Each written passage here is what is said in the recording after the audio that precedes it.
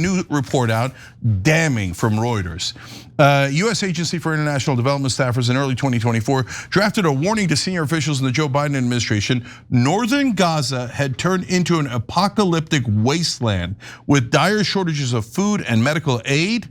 The internal cable described the scene observed by the United Nations staff who visited the area on a humanitarian fact-finding mission in January and February. This is what they said. The staff reported seeing a human femur and other bones on the roads, dead bodies abandoned in cars, and catastrophic human needs, particularly for food and safe drinking water. So what happened? They obviously reported that Biden took action, right? Nope.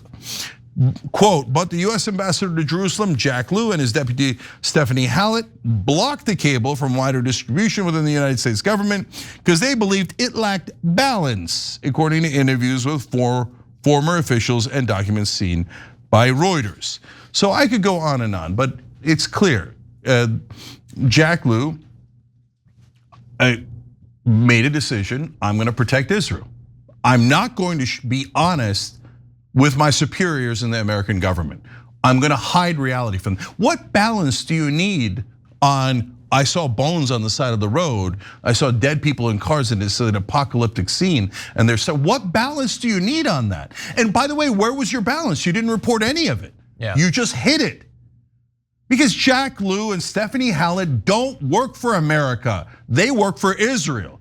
And look, that he was our ambassador to Israel. Mike Huckabee's our current ambassador. And no matter whether you have a Democratic administration or a Republican administration, first of all, our embassy in Israel is a nest of vipers who almost all work for Israel and not for America. And it's including Mark Levin's son-in-law or whatever he is, that had Huckabee meet with Jonathan Pollard, a traitor to America, without informing the president, the CIA, etc. So I'm so sick of our government, so many agents and assets inside our government that work for a foreign government. And Jack Lew, I challenge you, go ahead. Explain to us why you buried that news story on behalf of Israel. Don't tell me it was on behalf of America, because you hid it from Americans. But to be fair to Jack Lew, it wouldn't have mattered.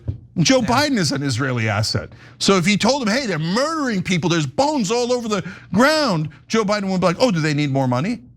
And he would have sent them even more money because he knew that there was a genocide going on, and he sent Israel $21.7 billion to murder more Palestinians. So it doesn't matter if you voted for Joe Biden or Donald Trump, Democrat or Republican, Israel owns this place.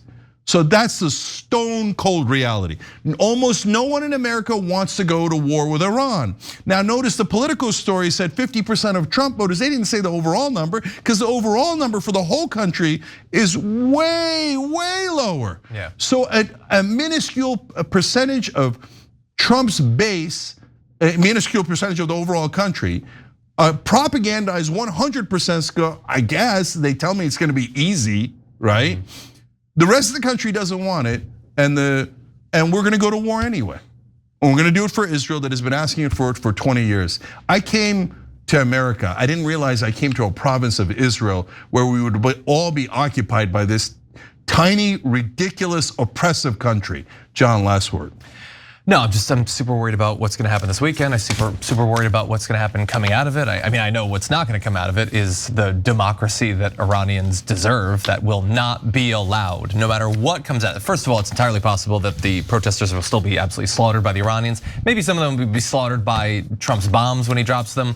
But no matter what happens, even if they topple the regime, Israel, America is not going to allow them to do self-determination. That much should be clear. And I'll guarantee you this. The Board of Peace is going to take it over. That's what's going to happen. I'll guarantee you this. This time it will not be clean and easy. Last time was just a bombing. I mean, I know that Trump thinks there's never any cost.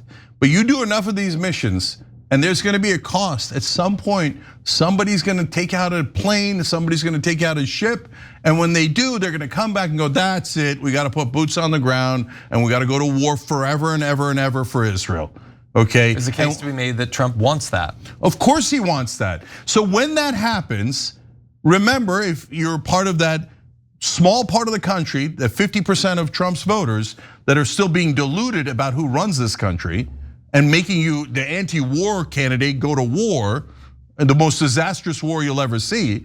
remember who lied to you and remember who made America go into this war. Because those are not your allies, those are your enemies. Young Turks. Every time you ring the bell below, an angel gets his wings. Totally not true, but it does keep you updated on our live shows.